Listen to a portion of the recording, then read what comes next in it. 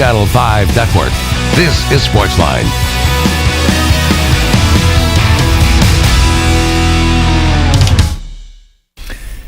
Hey there, SportsLine on your television. Steve Laban here with you. Glad you are here with us on this Monday night on News Channel 5 Plus, and there is a lot to talk about tonight. Just under 3 hours ago, the Titans reached a deal with Ken Whisenhunt, the offensive coordinator of the San Diego Chargers, to become the 17th coach in Titans franchise history. Of course, just the third that fans here in Tennessee know. After all the years with Jeff Fisher and the past 3 with Mike Munchak, Whisenhunt will come in. He will be announced tomorrow at St. Thomas Sports Park as the next head coach replacing Munchak for the Tennessee Titans. We want to hear your thoughts tonight on the program. 737-7767 is the number. What is your reaction to this hire?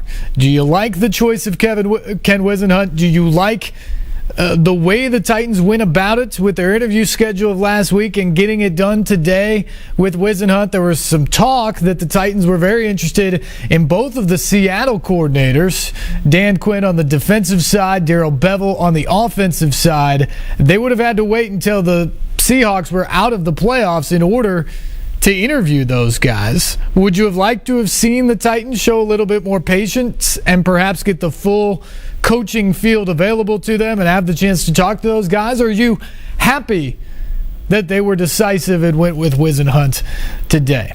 I'd love to hear your thoughts. Phone lines are open, 737-7767. Here are my thoughts off the top of the show. I think this is a home run by the Tennessee Titans.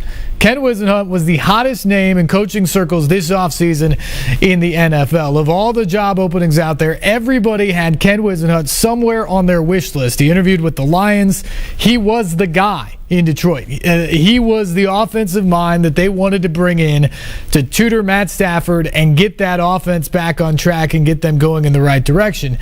So much so that the Lions sent a plane down to San Diego today in the hopes that they would be able to work out this deal, get him back on that plane and bring him back to Detroit today. But instead, it was the Titans that got the deal done. Whisenhunt also interviewed with the Cleveland Browns. It was mentioned with other jobs as well. The fact that the Titans winning and got him, I think, is a tremendous boost to this franchise. I think fans should be very excited about the work that Tommy Smith and Rustin Webster did. I think that it's great that he has head coaching experience. As we talked with Neil O'Donnell last night on Sunday Sports Central, the Titans need a good coach here.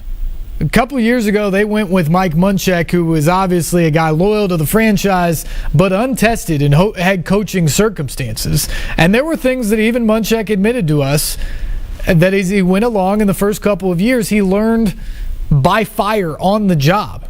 You don't have that adjustment period with Ken Whisenhunt. He's a guy that's already been through the battles. He led Arizona to a Super Bowl before. So he's been in those pressure situations on Sunday and had to make the tough call before. I think you have to really appreciate that. I think you have to appreciate the winning background he comes from. He won a Super Bowl as offensive coordinator in Pittsburgh. He went to a Super Bowl in Arizona. And he's had impacts everywhere he's been, even this year in San Diego. Just one season on the job as offensive coordinator, and the Chargers ranked at or near the top of the league in several offensive categories. They're number 1 in first downs. They were 3rd in quarterback rating, 4th in passing yards. The running game was in the upper half of the NFL. That's a lot to like. The other thing about Ken Whisenhunt is he is a guy that has had good success with quarterbacks over the years. Obviously, he did great work with Ben Roethlisberger in Pittsburgh. Kurt Warner was terrific for him in Arizona. Phillip Rivers, great for him this year in San Diego. And that's what the Titans need right now. They need a coach who can come in and has a plan for Jake Locker and the quarterback position. Because let me tell you, Jake Locker's going to be on the team next year. Will they hand him the starting job again? I don't know. But he is going to be out there next year.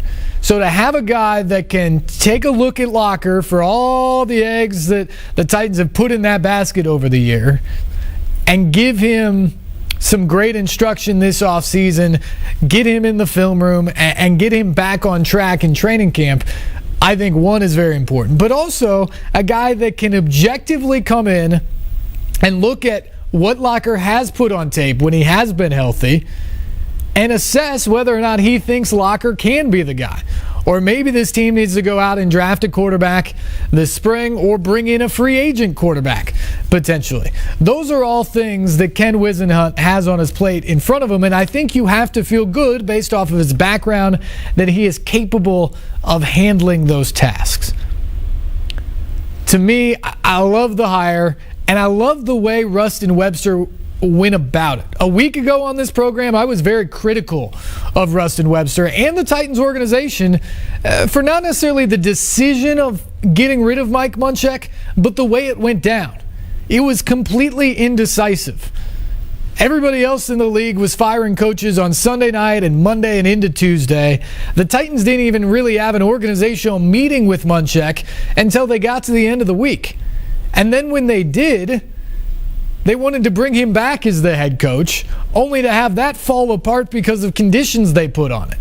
And ultimately, a week after the season is over, they're parting ways with a coach that, by their own admission, they wanted to bring back next year. And in the meantime, they had cost themselves the opportunity to get that early jump on a coaching hire and to interview guys like Bevel and Quinn in Seattle. So I think they totally botched the way they handled the end of the season and the assessment of Mike Munchak and ultimately the way he was let go. But once that decision was made, the decisiveness of Webster has been terrific. He brought in solid candidates last week. He was thorough in that interview process. He went to San Diego, which he had to do by NFL rules because Whisenhunt was still in the playoffs. He went out to San Diego, met with him on his schedule late into the night on Friday, and by all accounts, that interview was terrific on both sides. Whisenhunt wowed Webster in that meeting, and Webster must have done a pretty good job of convincing Whisenhunt that Tennessee was the right place for him. Because he had the opportunity, or the Lions' job was his for the taking if he wanted it.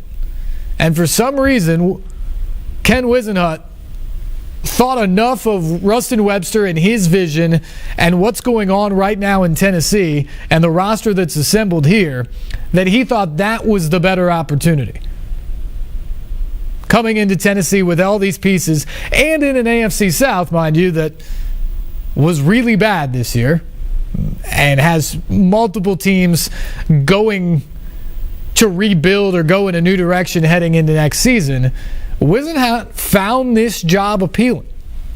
And Rustin Webster and Tommy Smith deserve a lot of credit for that. And then to close the deal at the end, the Chargers are out of the playoffs yesterday. Whisenhunt's wrapping up things with that job today. To go in there and get him today when the Lions believed he was their guy and sent their plane down to San Diego to pick him up and bring him back, that's a heck of a sales job by Rustin Webster. And he deserves all the criticism that they got last week for how they handled the end of the season and botching the dismissal of Mike Munchak. And all of that was well-deserved for how they did that. They deserve just as much praise today for going out and getting the name that was the biggest name out there and doing it in a decisive manner and getting it done as quickly as they possibly could have under NFL rules. And finally, I just leave it as fans, and this is where I'm interested on your phone calls. 737-7767 is the number. So many of you guys have tossed out names over the last several weeks of guys you'd love to see come and take over the job. And a lot of people tossed out names like John Gruden and Bill Cowher, guys that were not realistic names because they're happy where they are. They don't need the stress of coaching anymore because they've got all the money and the fame and the fortune and all that stuff in their jobs in TV.